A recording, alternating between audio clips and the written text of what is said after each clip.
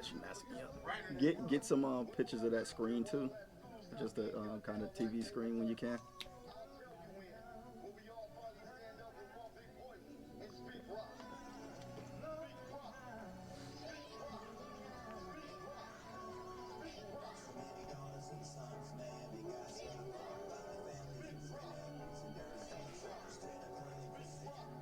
And I gotta ask you, whose kids are these? Chanting your name like this. Oh, bruh, I don't even know. Oh, okay. Alright, you lie. That's it. That's it. What up, though? What up, though? What up, though, brothers and sisters? It's your brother Speak Rock. Oh, it is 2020, and I am feeling wonderful. And anybody that know me knows that I will not complain. Thank y'all for joining me today. Y'all could be anywhere, but y'all here with your brother, and I appreciate you. Hey, understand this. If you have not connected with your brother Speak Rock, I want you to do so. I want you to go to my social medias, and I want you to go ahead and follow me. Let's connect, and let's go ahead and share information, share good times, and just enlighten each other and inspire each other. I'm on Facebook, Instagram, Twitter, Snapchat. Matter of fact, just got on TikTok. It's all easy. Just go to @SpeakRoc, @SpeakRoc. And if you missed any of the shows, Speak Rock the show, you can go to my YouTube channel and you can catch every show that I've done on my YouTube channel. And that YouTube channel is bit.ly/SpeakTube. bit.ly/SpeakTube. Or just go to your YouTube search engine and just type in Speak Rock, SpeakRoc, and I guarantee you'll see me there. Hey, but look, 2020, man, starting off feeling good, starting off with a blast. But let me share something with you. The philosopher George Santayana, he said those who cannot remember the past are condemned to repeat it. So let me explain something to you. Today what we're going to do, we're just going to do, going to do a little wrap up, going to do a little year-end review of 2019. Let's talk about some things that's relevant to us, that's pertinent to us. Hey, thank you to everybody out there in Speak Rock Nation that chimed in and gave me some show ideas about some events that mattered to them for 2019. So we're going to go ahead and touch on some things. I'm not going to be able to cover all of 2019 in an hour time span, but we're going to be able to touch on a couple of things that's relevant to us and that means something to us. And that way you'll get my perspective and my breakdown about how is it relevant and how do we move forward. So once again, that philosopher quote was, those who cannot remember the past are condemned to repeat it. Here's the deal. Data and remembering the past is what makes the world go round. And you say, well, what are you talking about, Speak Rock? Well, what I'm talking about, guess what? All your organizations, every company that sell any type of product, guess what? They have data. They have research. They have information. What worked? What didn't work? They study the analytics of, what makes their company run. What are their best sellers? What are the groups that our products sell to? Demographics. Even your sports teams do it with analytics. Guess what? It's the past. But you use that information from the past so you can be better and you can do better. I know a lot of people, people like, oh, stay out of the past. I'm not my past. And, leave the past where it is in the past. I get it with the ultra positive mindset. And I guess if you was like some type of dirtbag in the past, I guess you wouldn't want to remember the past. But I always thought that was like one of the silliest things not to remember the past. And before you get all spiritual super deep on me and start talking about, well, you can remember the past, but just don't stay in the past and dwell in. Okay, super deep spiritual person. Look, here's the deal. The ability. Look, if the past was no good, then throw away the Bible. If the past was no good, throw away every lecture or throw away every resource book in the school system. Throw them all away. If the past was no good. You learn from the past. You utilize information and data from the past. Once again, all your tech companies, all your Fortune 500 companies, they use this data to be able to sell you products. What worked in the past, what didn't work in the past. And here's the thing. If we're going to move anywhere as a people, especially as a black people, guess what? We need to learn from our past. What are we going through? What are we doing that's working? And what are we doing that's not working, but yet we keep doing it? Oh, wow. I thought y'all probably thinking to yourselves right now, like, come on, Rod. This is a year wrap up. Like, this should be fun. Like, talk about Cardi B and talk about, you know, just some other type of entertainer that got you on the hamster wheel of life, that you're living vicariously through these people. And we just figure, you know what? As long as I can watch this entertainer ball out and live their best life, guess what? I'm a part of that. Yeah, well, this isn't that type of show. This is a type of show that's going to challenge you spiritually, intellectually, and emotionally. Because we need to be challenged. We need to be held accountable to about how we going to make our life better, not just for ourselves, for our family, for our community, and, you know, for our children, if nothing else. So here it is. The past. We have to learn it. We have to learn from it. You know, I'm the kind of person, I've always said, look, I am my past. I'm my past, I'm my present, and I'm my future. All those things embody me. Any mistake that I ever made, guess what? I own it. I own it. I accept it. And because I accept it, I choose not to repeat that portion of my past if it was something negative. Can we just be honest? See, this thing is all about perspective. See, a lot of people would take what they did in their past and they'll say, well, you know what? I don't want to be attached to that. You know, I don't ever want to be remembered for any of that. I get it. I get it.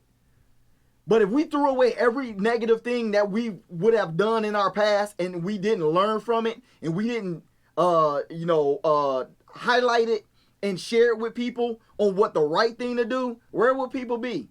A lot of people will be lost because guess what? They don't have an example. They don't have any data. They don't have any real world, real life, tangible people in front of them saying, hey, guess what? This isn't working. This did not work. But this here, this is what works. So guess what? Don't run away from your past. Use your past as a tool. Use it to help yourself. I guarantee you, every brand name that you got on your body or in your house, they've utilized their past in order to become a better company. So, with all that being said, let's talk about a couple of things. When I came in, I'm going to start with the first thing that really stood out for a lot of people in the year of 2019, and it's so relevant to today and where we're going. As a matter of fact, well, let me say it like this. When I came in, I talked to the producer, and the producer told me, and I asked him, I said, hey, what stuck out to you for 2019? What was impactful for you? What do you remember? And he was like, hey, look, the death of Nipsey Hussle. And I was like, wow, that really lines up with what I desire to talk about. You know, because the death of Nipsey Hussle has so many layers to it. Now, some will say, you know what? Great hip-hop artist, you know, underground story, you know, really getting ready to hit his stride as it pertains to the marathon, and he was getting ready to blow up. And you know what? That's a part of it. That's one layer. The other layer is that Nipsey Hussle was well versed in the knowledge of economics. And he wanted to take his understanding of economics and spread it and share it with his community so everybody can benefit. A hustling type spirit that transcended the world of finance and economics. And he wanted people to understand, like, hey, look, it took me a while to get here, but I'm still going, just like a marathon. And the unfortunate thing is that his life got snuffed out by an individual that had animosity and hate towards Nipsey. And watch this. The sad thing is, somebody he knew. Why is that such a common story in the black community? Why is that such a thorn in our side in the black community? And you know what I think, if for nothing else, I think even more so than the hip-hop prowess of Nipsey Hussle, I believe the thing that really hit people was, in this day and age, black people, believe it or not, we are becoming a little bit more enlightened as it pertains to, we want to do better. We want to do better. We want to grow. We want to prosper, especially in the financial realm. And when Nipsey got taken out, it was, I've heard people relate it to, it was like, you know, Tupac being taken out, as far as being a type of revolutionary. I've even heard people say it was along the lines, and I'm just quoting what I heard, it was along the lines of a Martin Luther King, due to the fact of a message. And I'm here to tell you, that's not a far cry or a far stretch, because during the time when Martin Luther King, God rest his soul, when he was assassinated and taken away from this earth, what was some of the things that Martin Luther King was pressing forward to the community? Economics. Yes. The Poor People's Campaign. He was pushing for everybody to come up and really take the task, these financial institutions. And then all of a sudden, he was taken away from us by assassination. So can we see the correlation here? So I can understand why people feel that way about Nipsey. I can understand it, because it really takes you, and it really grasps you, and it really pulls on your heartstrings and make you feel like, man, like every time we get a type of revolutionary, every time it seems like black folk, we get a messenger, somehow they get snuffed out. For good or bad, for ups or downs, whatever it may be. You know, a lot of people talk about Pac, you know how he was, had a mixed message or whatever it was. But you know what? He had a message and it resonated with the people. And Nipsey Hussle was no different. His message resonated with people because he was speaking a language that universally everybody can understand. We need to become better. And one of the arenas, and the major arena we need to become better in, is in the arena of economics. Here's something else that struck me along those lines of economics. And once again, this may not have been a major event in history, but I'm speaking to my people right now, and I'm trying to tie some things in. There was a beauty supply store, a beauty supply store, and I believe like an Asian nail salon, where black women were being assaulted. Yeah, this was in 2019. Black women are being assaulted, and black men came to the rescue of black women and was like, hey, like, what are y'all doing? What are y'all doing to these black women? Like, we're not going to stand for this assaulting black women. Hey, guess what? We boycotting. We are boycotting this situation. And what happened? The sad thing is, the same black women that was being defended, the same black women turned on the black man and had some choice words that wasn't flattering, wasn't pleasing, and it wasn't congratulating the black man for standing up. What happened, it was the exact opposite. Instead of boycotting that Asian store, that Asian nail salon, that Asian beauty supply, what did we do? Or what did those black women do? They went right back to that Asian store and gave them business. For the life of me, I couldn't understand it. I couldn't understand it. I couldn't understand why there was not a major stance taken to shut that store down and not give that store any business anymore. I couldn't understand. But see, it's things like this that make it, it's hard for us to continue to go forward. And this is why I said the quote that I said earlier. If we don't learn from our past, if we don't remember the things that we endured in our past, we're destined to repeat it. Because this isn't new.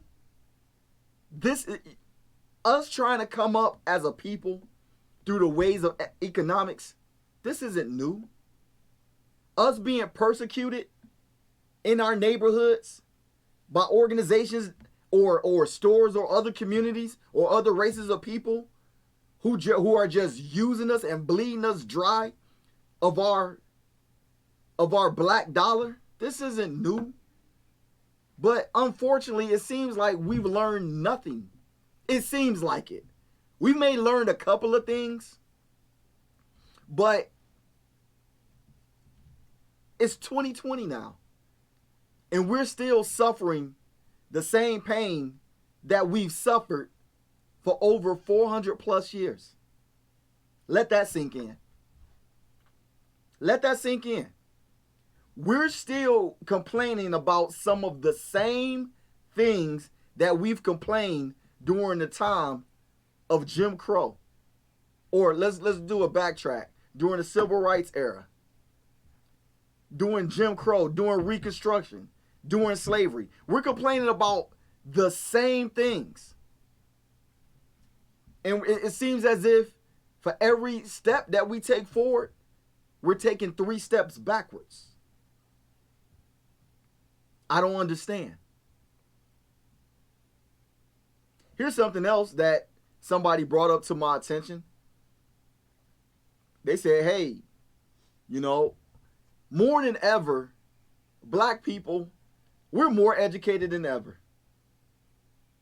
And everybody had something to say when they saw the college admission scandal with the 2 actresses.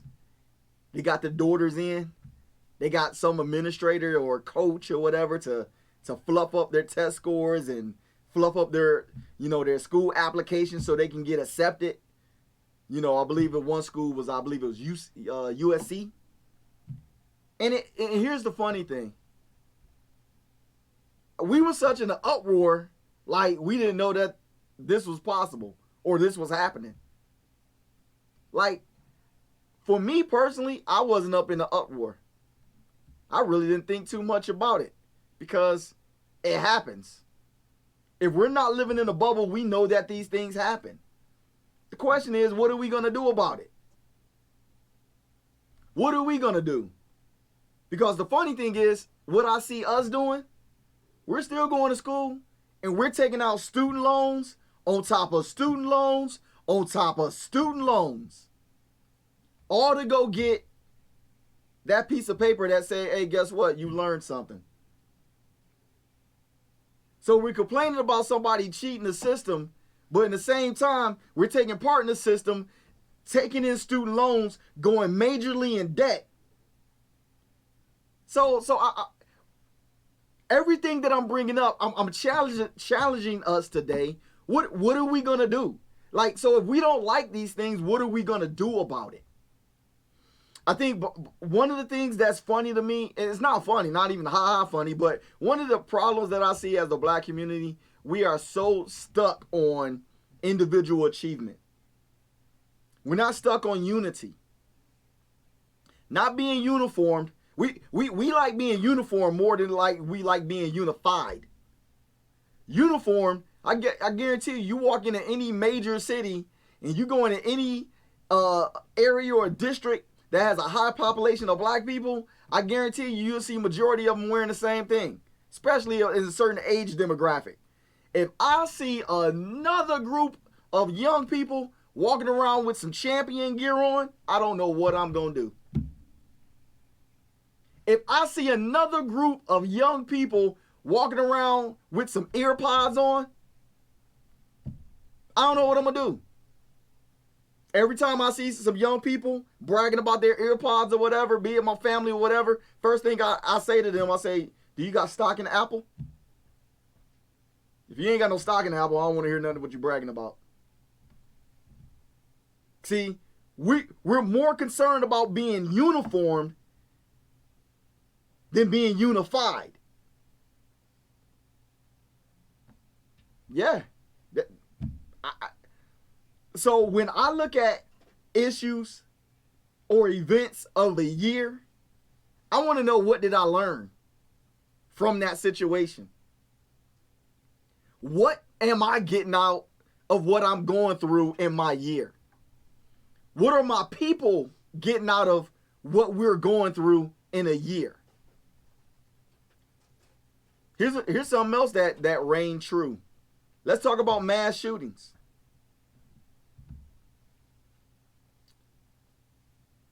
Mass shootings in schools still happening. Why? I do not know. Well, yes, I do. Let me say, why am I sitting there? I don't know. I got an opinion. I got a thought. One of the big things is because our government isn't doing enough about it. One of the biggest things that we feel, a lot of us, not we, I'm not putting myself in that category, but a lot of us feel like, you know what? Take the guns out of the hands of people that have them.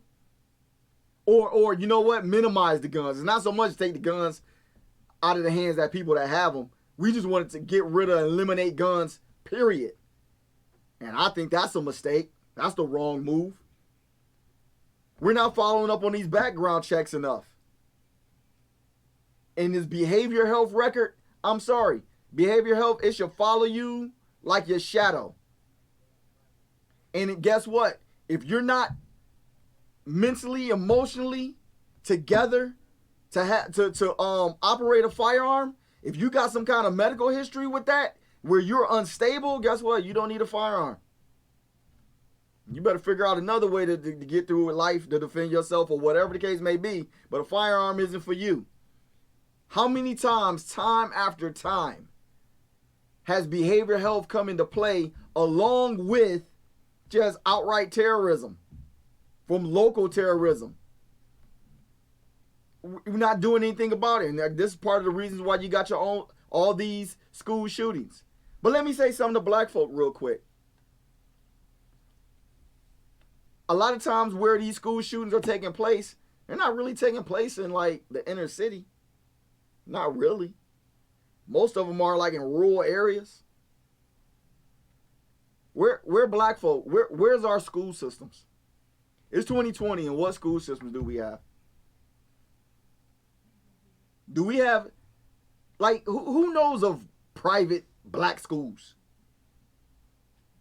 Like, I know a lot of people want to talk about, you know, charter schools. But once again, charter schools are connected with the government.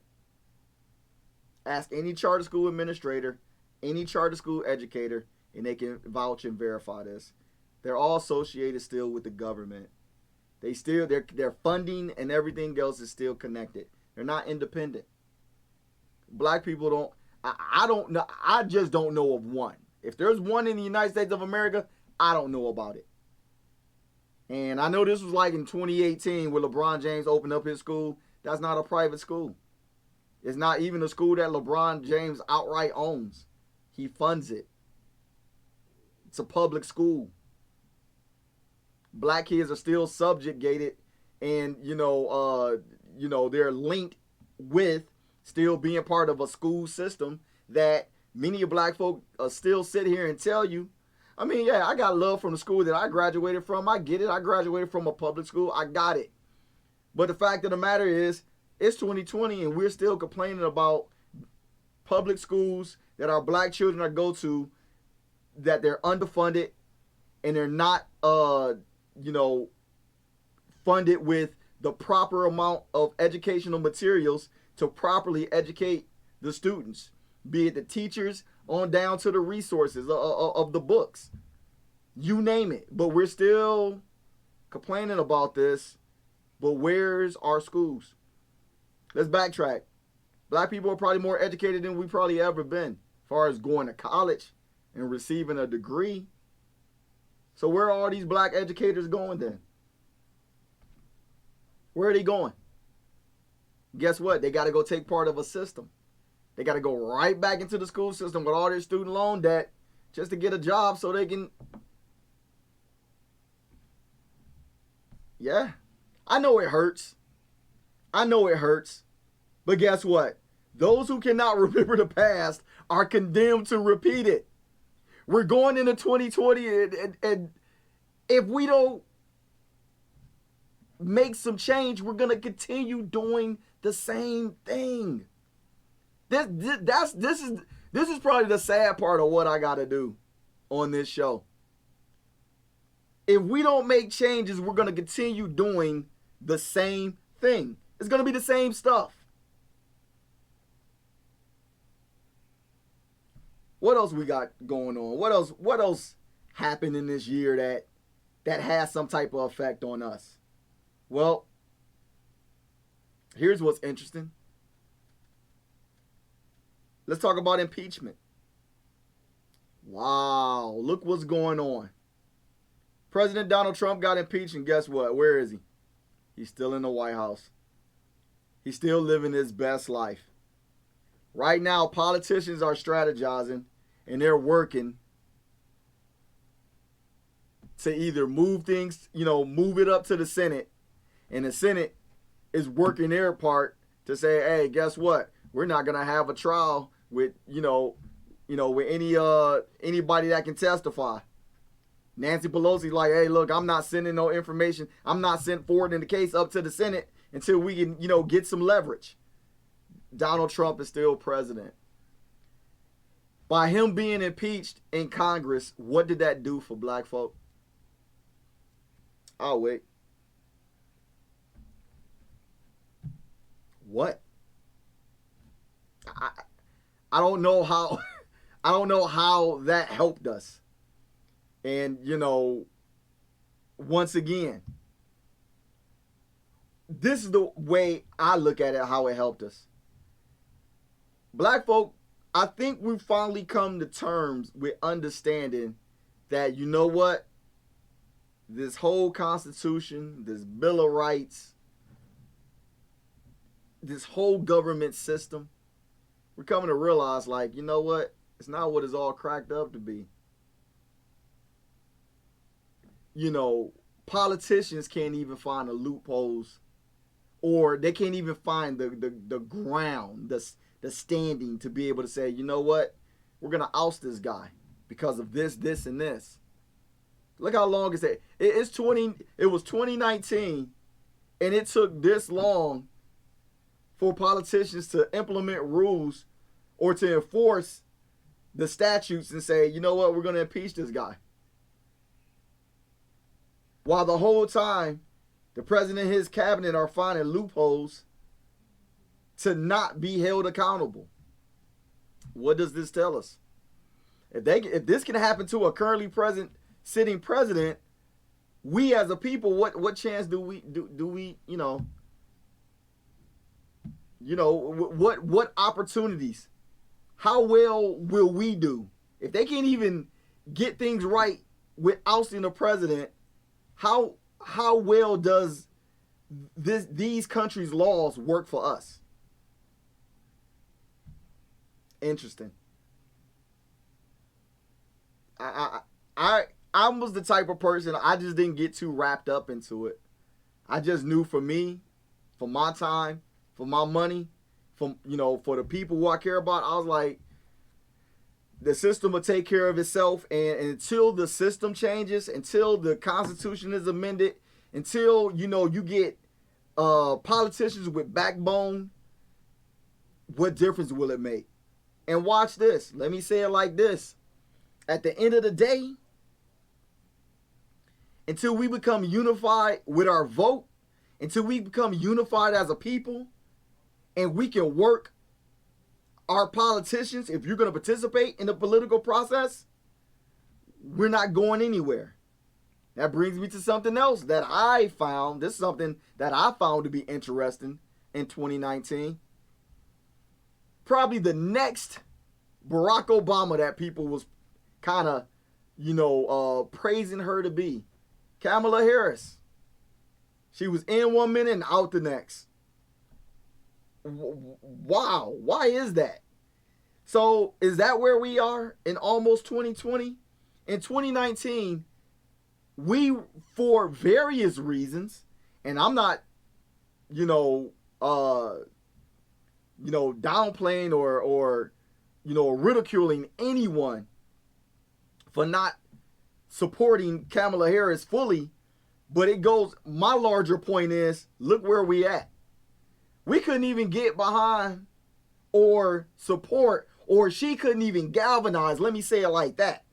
She couldn't even rally the support of black people to be able to catapult her to the position that she wanted. What does this say about us? What does this say about her? What does this say about black candidates? And Cory Booker, he's still in there, but I don't know. It don't look promising. It don't even, unless Cory Booker got something that, he know better than everybody else, he probably doesn't have a snowball's chance. And it's sad. It's a sad situation that, it seems like we've went through our moment. We had our Barack Obama moment, and it was good for what it was good for. And now it seems like we can't find another candidate that we're willing to support. Interesting thing is, will we ever again? I don't know. But I just think that's it's a trying situation. It's one that really makes us, we're falling off, it seems like, by the numbers. Like this next election, I don't know how that's gonna work for us. I'm not really confident or sure if we're gonna turn out. And who knows? But 2019 was a year in which it seemed like, I don't know, in a lot of ways, it seemed like every time you turn around, there was some bad news. It seems like there was always some bad news in the situation. Here's another one that was of recent, and I'm bringing this up more so for our young people. In 2019, you also had a situation where a young man who passed away, a young rapper by the name of Juice WRLD. He passed away, and I'm going to be honest, it's still murky to me about all the details, but it doesn't pass the common sense test. 1 minute I'm hearing about, he got agents, federal agents chasing him, coming on a private plane or whatever the case may be. Then the next thing I hear that, he took a number of, pills, opioids or whatever, and he swallowed those, and, I don't know what he had, a seizure or something, and he died. And I'm not understanding, and the whole thing to me, it just doesn't pass common sense, and it just sounds reckless. It sounds, it's just bad. And what I'm getting at is, where are we as a people where this is the behavior of our young people? And I'm pretty sure this young man Juice WRLD had people around him. Where are we where the people around us, it's not working for us? They're not supporting us. They're not informing us right. So the big picture that I got from that is, yeah, it's sad. We're getting comfortable with seeing young death. We're getting comfortable with hearing what we're doing to each other and what we're doing to ourselves. And, you know, we just chalk it up. We make a mural. We make some social media posts. And you know what? On to the next day. There's something real weird about that I just don't like. Speaking about that, let's talk about in 2019. And I covered this on my show, talking about the lies of, you know, towards and the persecution towards black men. Now, mind you, let me preface my comments before I say what I gotta say. I am not vouching or condoning the behavior of certain individuals. But it is real interesting that these individuals are so much on the radar and other individuals aren't. And who I'm talking about? I'm talking about the Russell Simmons of the world. I'm talking about the R. Kellys of the world. I'm talking about the Michael Jacksons of the world. How is it that these three individuals get high-profile media coverage and TV programming to illuminate their situation, but the Jeffrey Epsteins of the world, you know, the Matt Lauers of the world, what's the other brother name? Not brother, but the other guy associated with Oprah. Who is it, Keith? Harvey Weinstein. Like, how is it that these guys are parlaying around the globe, living their best life? Well, except Jeffrey Epstein, you know, quote unquote, committed suicide, quote unquote. There's another guy, Harvey Weinstein, Epstein, Matt Lauer. Oh, Kaiser Sose himself making Christmas videos. What's that dude name? Anyway, House of Cards. I don't know where this dude is, in Barbados somewhere or on some private island making Christmas videos. Eluding the government like, y'all not gonna get me, but I'm about to shoot y'all this video though. Like, I haven't seen one special on any one of them guys. Not one.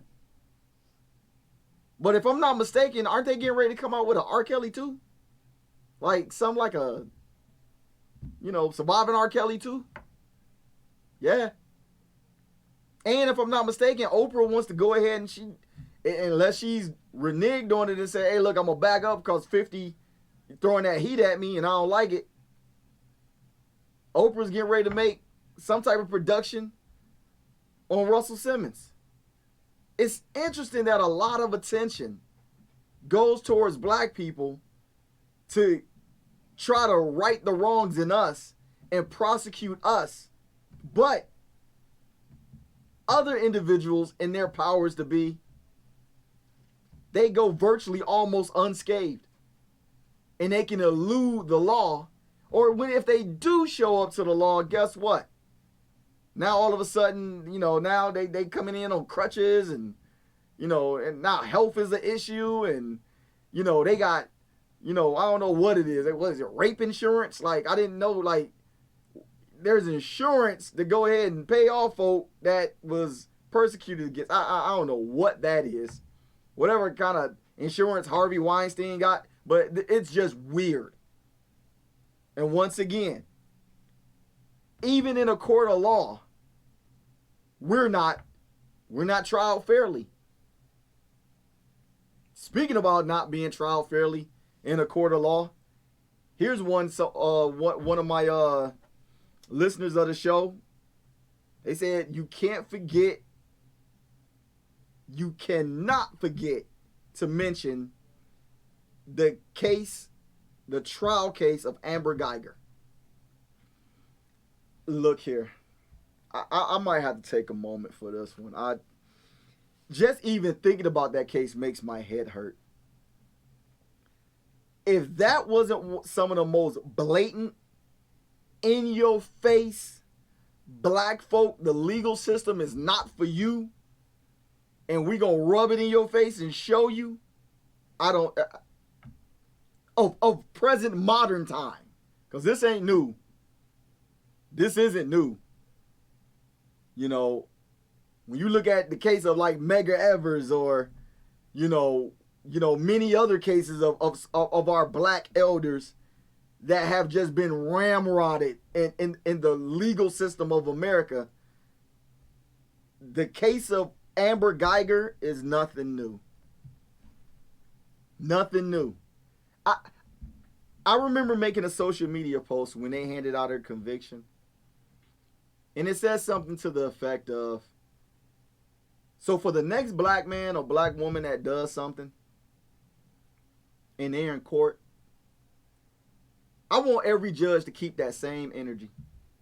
I want you to go down there, and if it's a brother, I want you to get some Murray's wave grease and some Dax, and get you a 360 wave brush, and go down there and brush Tyrone hair. Because Tyrone, he needs some caressing. The same way you stroke that white woman hair, Tyrone need his brush wave stroke. Keep that same, because if we gonna do that, keep that same energy. Keep it. And I want, the bailiff to go over there and, as Tamika, when Tamika started crying, rub Tamika on her back and tell her it's going to be all right. Say, baby, it's going to be all right. Keep that same energy that white woman got. Keep the same energy. Tamika, is going to be all right, baby. Because Jesus got you. And while I'm speaking to Jesus, why I done brought Jesus in this, y'all probably like, don't bring Jesus in there. Oh, I got to. Because if the court system go sit up there and start bringing God up in situations for a white woman, guess what? Everybody else needs Jesus too. Everybody. Keep that same murdering, I'm going to get you right with Jesus energy. Just saying. And the reason why I bring Jesus up in this, it bothers me when people pick and choose when they want to use religion to take care of whatever business they want to take care of, versus letting it be for all. Because Jesus, I know, is for everybody. Not just for white women tears. I know, I'm spending some time on this one, because this one really bothered me. And I didn't understand why. And this is what I want to know. I want to know who was Amber Geiger's pastor? Who was her pastor?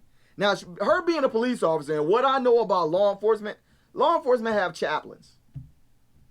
So you telling me Amber Geiger didn't have Jesus prior to this? Her police chaplain didn't tell her nothing about Jesus?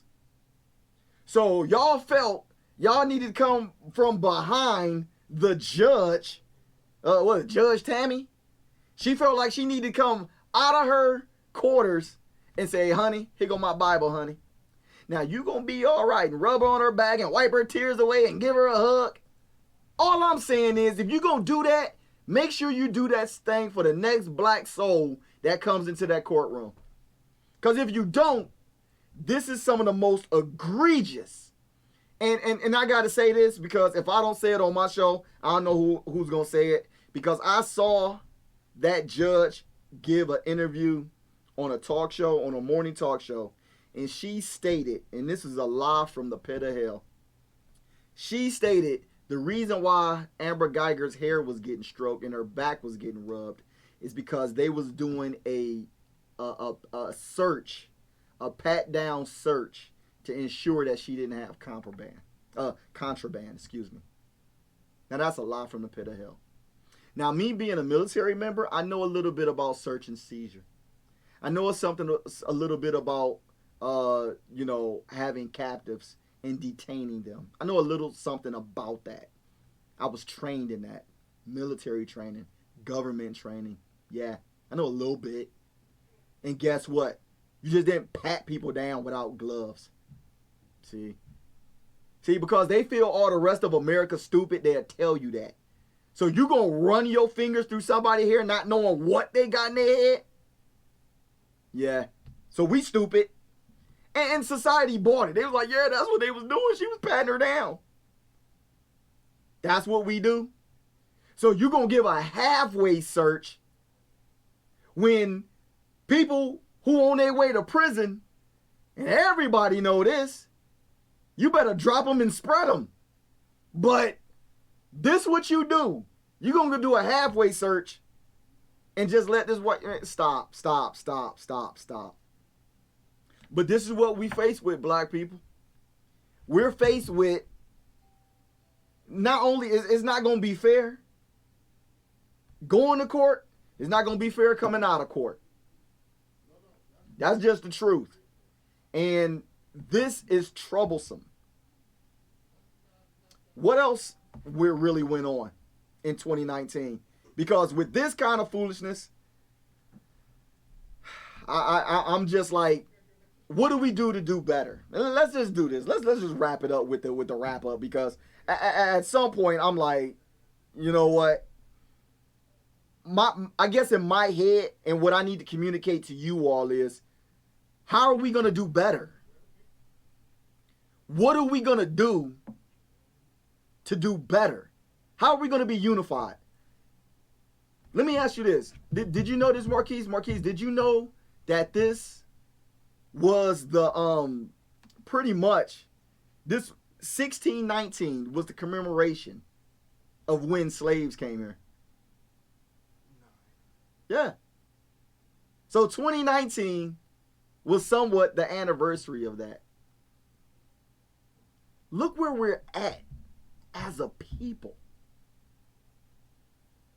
We still lag behind on a unified front.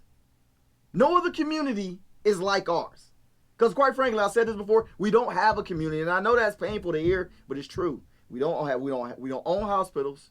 We don't own schools. We don't own our own police force. And we don't have politicians that really go all out for us.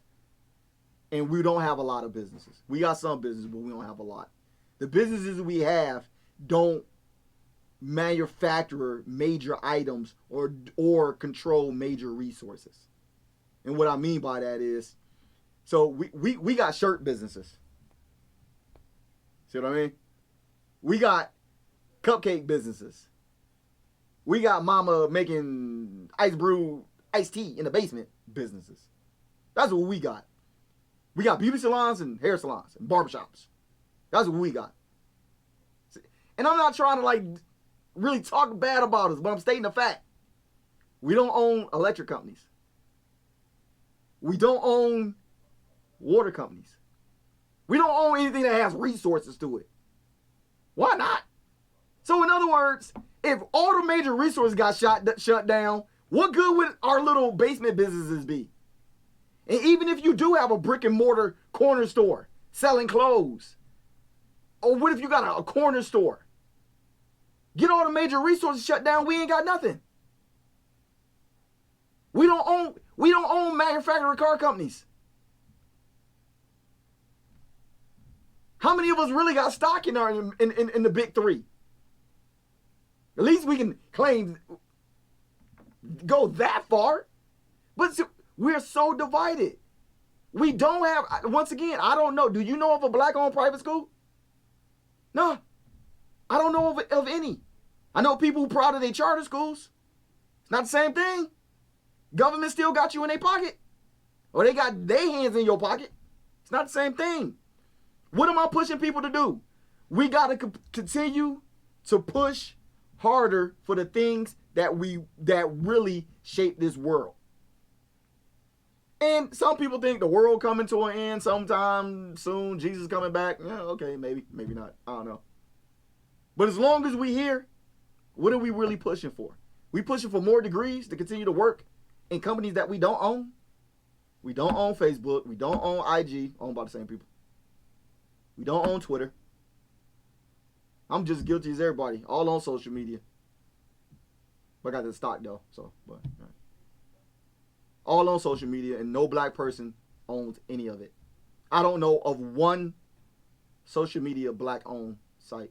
I do, but they just don't have the financial backing, and it's just not as powerful as the others. So I do know some apps that are created by black folk that that you can participate on and do your social media thing. But the major ones are the ones I just named: Twitter, IG, Facebook, TikTok, Snapchat. All our intelligent people that's going to school for technology, where are they working at? Why we can't develop our own stuff? Why all our high-paid athletes? And can I say something? And I'm going to say this and I'm going to wrap it up. Am I bad? Am I wrong for think because the beginning of the year, David Stern passed away? Am I wrong for having the thought that every time a white person passed away, it seemed like a scene from Django? Because what we're getting ready to see, we're getting ready to see all this celebration and this honoring of this man. And guess who's the primary people that's going to be next to him? Or the people that's going to be honoring him?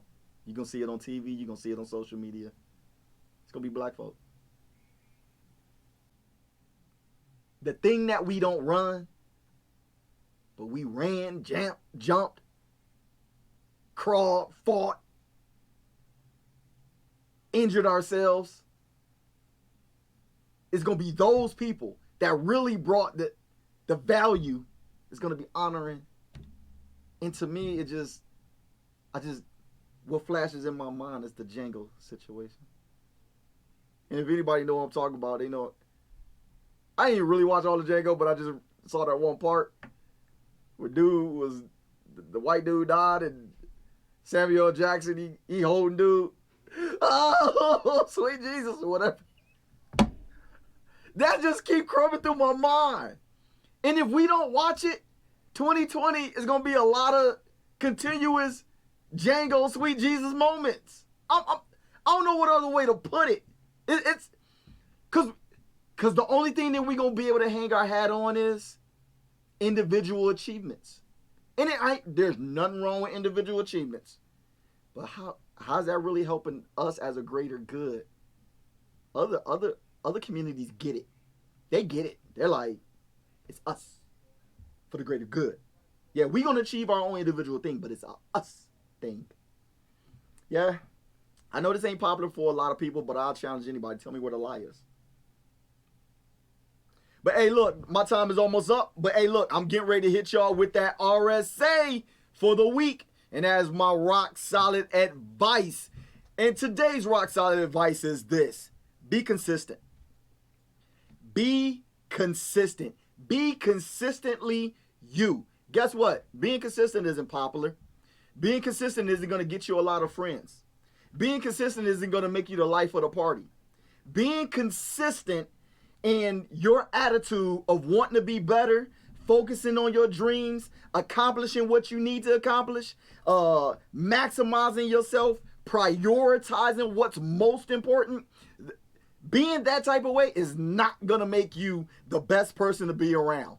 As a matter of fact, it's going to make you the person people don't want to be around most of the times. Because that's boring. It's white bread. It's vanilla. Nobody wants to be around that.